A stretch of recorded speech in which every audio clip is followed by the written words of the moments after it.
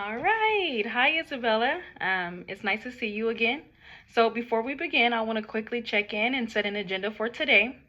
Since this is one of our early sessions, I was thinking we could focus on how your thoughts, feelings, and behaviors are connected, especially related to work and anxiety, and then practice a tool you can use outside of this session. How does that sound? That sounds helpful. Great. So we will begin with CBT. So CBT stands for Cognitive Behavioral Therapy, which is very collaborative. So please let me know if something doesn't feel useful or if you want to slow down at any point.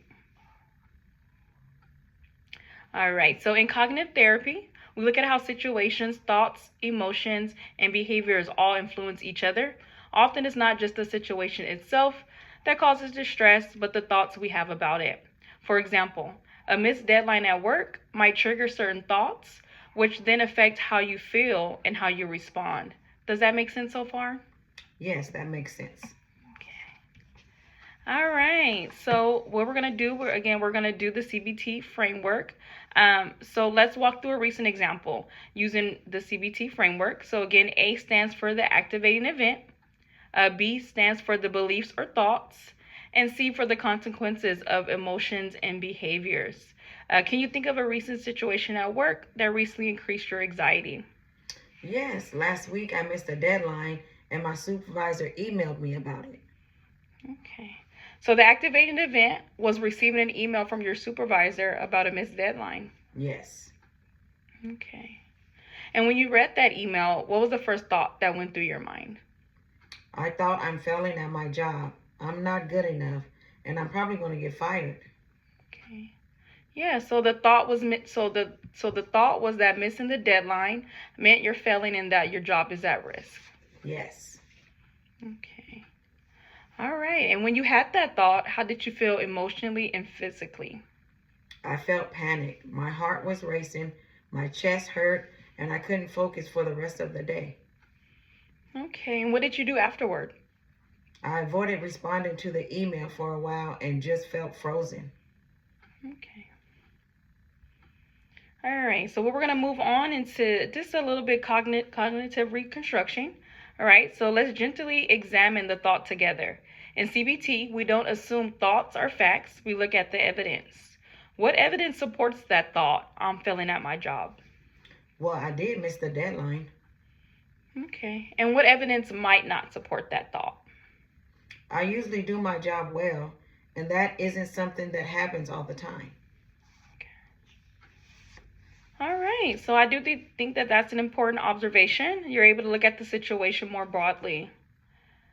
All right. So now we're just going to try to work towards developing a more balanced thought. All right. So if you were to create a more balanced or realistic thought, what might that sound like? Maybe I missed the deadline, but that doesn't mean I'm bad at my job. I'm just overwhelmed right now. Okay. Yeah. To me, that sounds much more balanced. And when you say that to yourself, how do you feel compared to before? I feel less panicked, still stressed, but not as hopeless. Okay. All right. And so I am curious, do you notice similar thoughts showing up when it comes to parenting? Yes, I often think I'm not doing enough for my kids, especially when they seem withdrawn. Okay. So the pattern of self-blame shows up both at work and at home? Yes. Okay. All right. Okay. Well, homework time. Okay, we're gonna do a CBT intervention. So for this week, I like to suggest a simple exercise using the ABC framework. When you notice anxiety rising, I'm gonna give you a paper and then you'll write it down. Okay. So again, so A is a situation that produced the negative emotions or behaviors.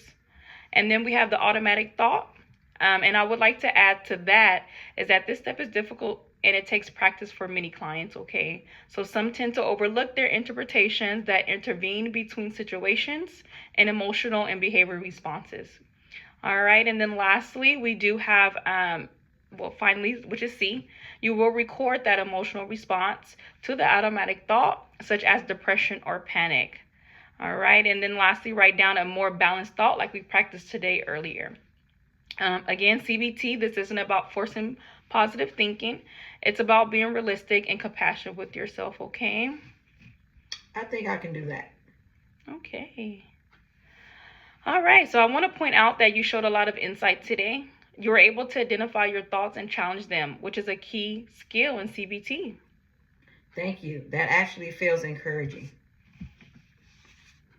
All right, so we're wrapping up. We're coming to an end, unfortunately. I am going to give a summary of today.